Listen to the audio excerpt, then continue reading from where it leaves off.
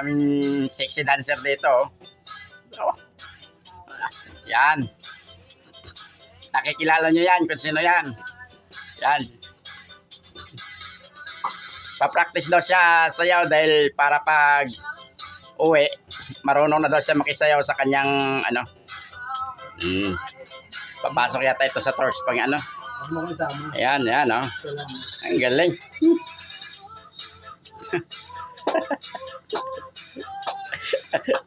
Umarap ka. Para, ayan. Ayan po, kakanta daw po yung aming chicks boy dito para daw sa kanyang honey, oh.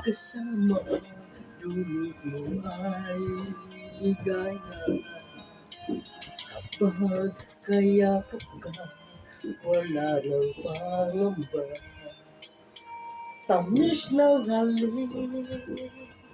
Yan po, ganun lang po. Pag walang magawa yung mga tao, kaya ganyan, no? Nag-happy-happy para mawala yung lungkot sa buhay.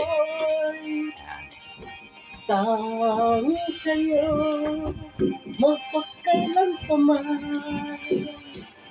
para sa'yo lamang.